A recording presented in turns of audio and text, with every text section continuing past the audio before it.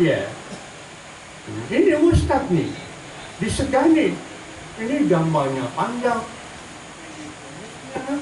rambutnya juga begitu, kemudian ada serbannya dililitkan di leher, kemudian berjalan, jongkok-jongkok. Saya timbul pikiran, orang ini benar apa tidak? Saya timbul pikiran seperti itu. Wajar dong, karena bukan saya yang begitu.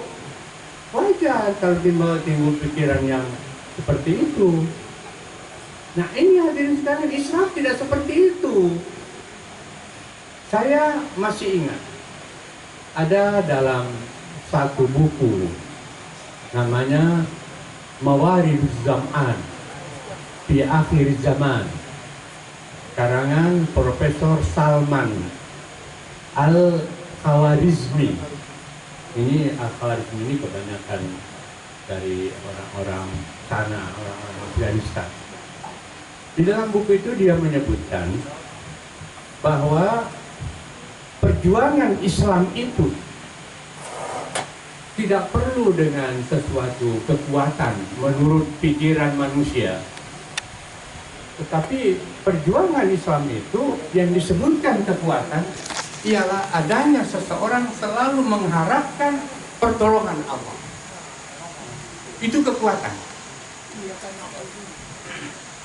Jadi kita renungkan dari tulisan Profesor Salman Al-Khawarizmi ini, ya benar juga ya, bahwa kita melaksanakan dakwah di masjid atau di majelis taklim atau di mana saja, memang kan kita sering terbentur kepada masalah-masalah di luar perhitungan kita.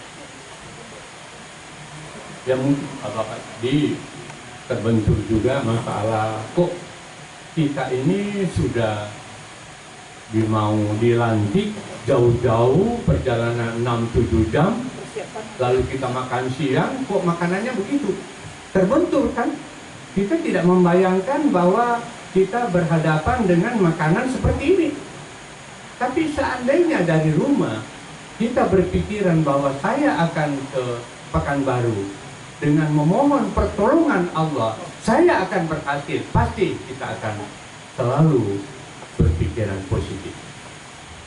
Nah ini di dalam dakwah kita, ini yang perlu kita jadikan suatu jalur perjuangan kita. Jangan jalur yang bersifat ragu-ragu, tetapi jalur yang selalu kita kembalikan kepada Allah Subhanahu wa Ta'ala. Zaman modern sekarang ini, kita sudah tahu teknologi.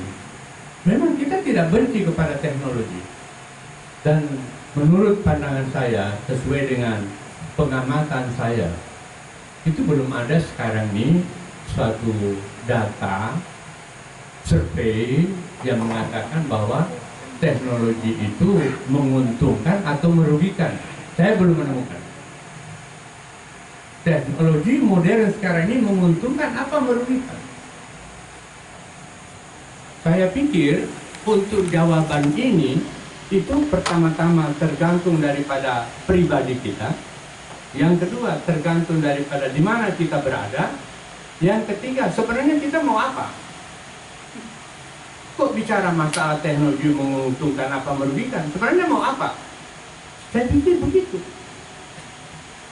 Dengan demikian, dari sikap hidup seperti ini, bahwa kita sebagai umat Islam, sebagai mubalik, sebagai da'i, punya target.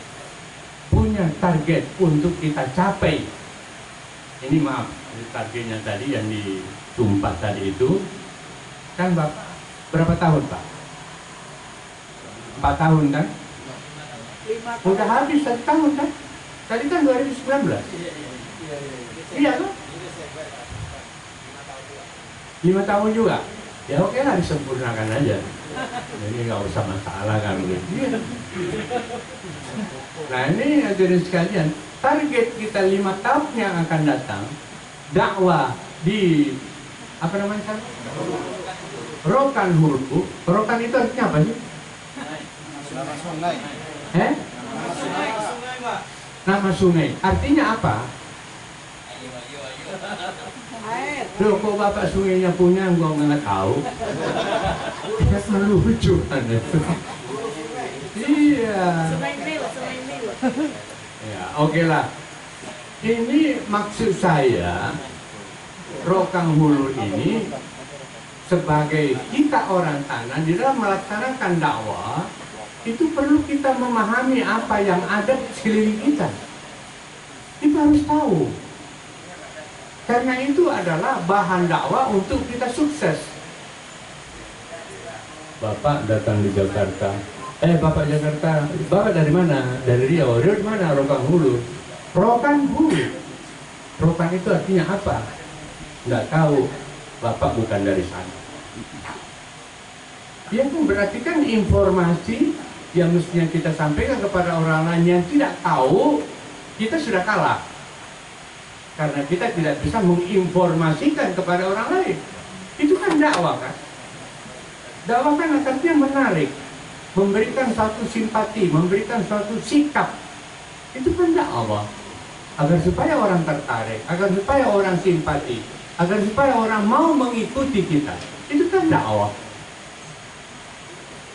Hal-hal semacam ini, Bapak-Bapak, Ibu sekalian, di dalam masalah dakwah terutama kesediaan Bapak menerima amanah dari Idara Kemakmuran Masjid ini, insya Allah akan berhasil kalau memang tadi pertama-tama saya katakan bahwa kita lebih banyak kepasrahan kepada Allah Subhanahu wa Ta'ala. Yang kedua, kita harus meyakini bahwa kita akan berhasil di dalam masa 5 tahun ini. Yang ketiga, kita akan mengetahui lingkungan kita. Ini para ahli ilmu jiwa sekarang ini itu kebanyakan menekankan kepada masalah lingkungan.